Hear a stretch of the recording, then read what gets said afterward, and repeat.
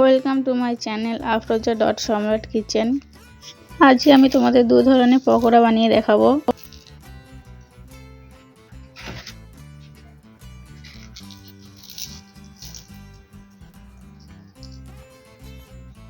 তো তোমরা ভিডিওটা প্রথম থেকে শেষ পর্যন্ত দেখতে থাকো।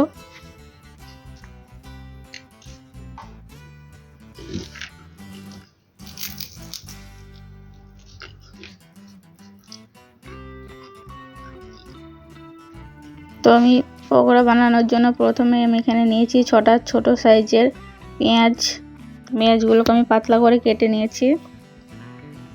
আর এখানে নিয়েছি আমি 2 বাটি বেসন। তো বেসনটাকে আমি ঢেলে দিচ্ছি পেঁয়াজের উপর। আর তোমরা চাইলে কিন্তু এখানে যে কোনো ডাল ইউজ করতে পারো। তো দেখো এখানে আমি মশলা নিয়েছি হলুদ গুঁড়ো, লঙ্কা গুঁড়ো আর নিয়েছি জোয়ান। এখানে আমি সব কিছুই হাফ চামচ করে নিয়েছি। তোমরা পারলে জোয়ানটাকে হাতের তালুতে ঘষে তারপর দেবে। তো জোয়ান দিলে পকোড়াটা কিন্তু খেতে খুব সুন্দর হয়। তো দেখো এখানে আমি দিয়ে দিচ্ছি হাফ চামচ লবণ আর দিচ্ছি আমি কিছুটা ধনেপাতা কুচি। তো তোমরা চাইলে এখানে কাঁচা লঙ্কা দিতে পারো, আর যদি বাচ্চাদের জন্য বানাও তাহলে কাঁচা লঙ্কা দেবে না। দেখো আমি ভালো করে পেঁয়াজের সাথে সব কিছু মেখে নিচ্ছি। প্রথমে আমি পানি দিয়ে মাখবো না, প্রথমে আমি শুকনোভাবেই মেখে নেব,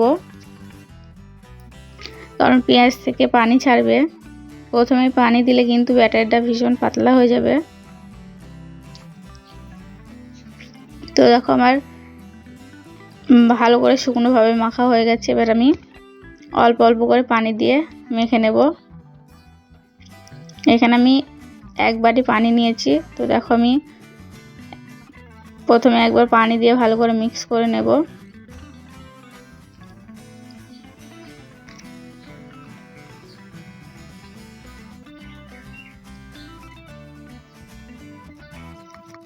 তো দেখো আমি বেসনটাকে ভালো করে মিক্স করে নিচ্ছি পেঁয়াজের সঙ্গে।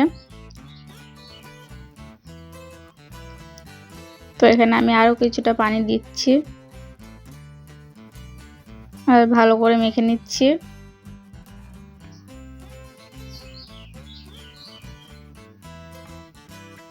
বেসনটাকে কিন্তু পেঁয়াজের সাথে ভালো করে মেখে নিতে হবে, তাহলেই পকোড়াগুলো সুন্দর হবে। তো দেখো আমার বেসন আর পেঁয়াজ কিন্তু একদম রেডি। আর এখানে আবার পানি কিন্তু হাফ বাটি লেগেছে, 2 বাটি বেসনে হাফ বাটি পানি লেগেছে। এদিকে কিন্তু আমি কড়াইতে তেল গরম করতে দিয়েছিলাম। তো দেখো আমাদের তেলটা গরম হয়ে গেছে। এবার আমি ছোট ছোট করে পকোড়া শেপ দিয়ে তেলে ছেড়ে দিচ্ছি। তোমরা চাইলে চামচ দিয়েও তেলে ছাড়তে পারো। তো আমি এক এক করে পকোড়াগুলো তেলে ছেড়ে দিচ্ছি। তো আমার সব পকোড়াগুলো তেলে দেওয়া হয়ে গেছে। এবার এটাকে আমি ভেজে নেব। তো দেখো আমাদের এক সাইড কিন্তু হয়ে গেছে। এবার আমি এটাকে পাল্টে অপর সাইডটাকেও ভেজে নেব।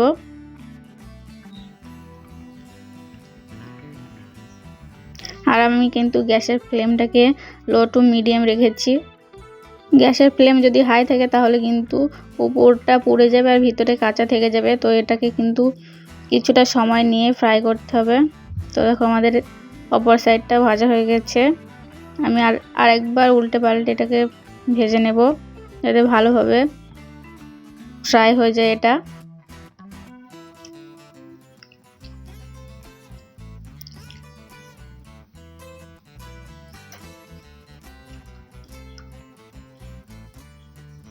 তো এটাকে আমি আরও কিছুক্ষণ উল্টে পাল্টে ভালো করে ভেজে নেব।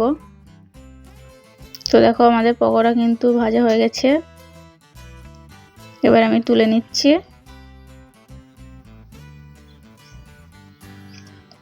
তো আমি এখানে তোমাদের আরেকবার পকোড়া ভেজে দেখাচ্ছি, কিন্তু অন্যরকম ভাবে। এরকম ভাবে কিন্তু এদিকে বেশি পকোড়া ভাজা হয়। তো এই জন্য আমি তোমাদের এরকম ভাবে দেখিয়ে দিচ্ছি। তোমরা চাইলে এরকম ভাবে ভেজে নিতে পারো।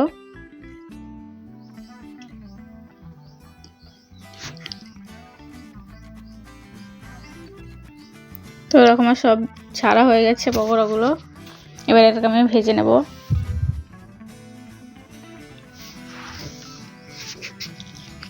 তো দেখো আমাদের কিন্তু পকোড়া ভাজা হয়ে গেছে, এবার আমি তুলে নিচ্ছি। তো এবার আমি তোমাদের আরেকটা পকোড়া বানিয়ে দেখিয়ে দেব। তার জন্য আমি এখানে নিয়েছি 1 বাটি বেসন, আর এখানে নিয়েছি আমি সেম জিনিস জোয়ান, লবণ, হলুদ গুঁড়ো, লঙ্কা গুঁড়ো।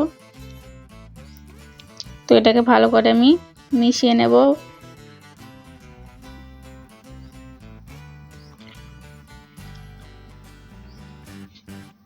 তো তোমরা কিন্তু অবশ্যই বেসনটাকে আগে চেলে নেবে, তাহলে কিন্তু ব্যাটার বানানোর সময় কোনো দানা থাকবে না। তো দেখো আবার ভালো করে মিক্স করা হয়ে গেছে। এবার আমি পানি দিয়ে একটা ব্যাটার বানিয়ে নেব। তো এখানেও আমি যে বাটিতে বেসন নিয়েছিলাম সেই বাটিরই 1 বাটি পানি নিয়েছি। তো আমি অল্প অল্প করে পানি মিশিয়ে ব্যাটারটাকে বানিয়ে নেব।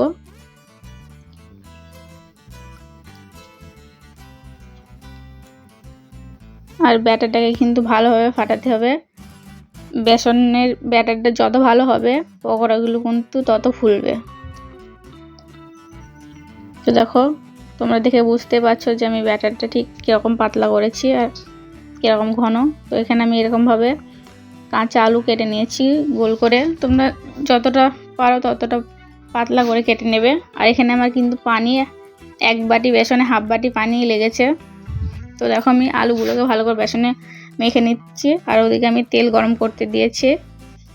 তো তেল গরম হয়ে গেছে, এবার আমি আলুর পকোড়াগুলো তেলে ছেড়ে দিচ্ছি। এটা কিন্তু খুবই সহজ বানানো, আর বাচ্চাদেরও ভীষণই ভালো লাগবে।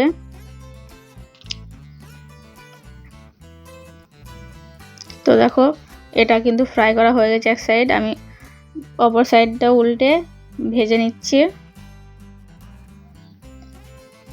তো এরকমভাবেই ভালো করে উল্টে পাল্টে এটাকেও আমি ফ্রাই করে নেব। তোমরা কিন্তু এরকমভাবে বাড়িতে অবশ্যই একবার বানাবে। তো দেখো আমাদের কিন্তু আলুর পকোড়া রেডি। এবার আমি তুলে নিচ্ছি এটাকে, বাকিগুলো আমি এভাবেই ভেজে নেব। তো তোমাদের আমি দেখিয়ে দিচ্ছি কতটা মুচমুচে হয়েছে।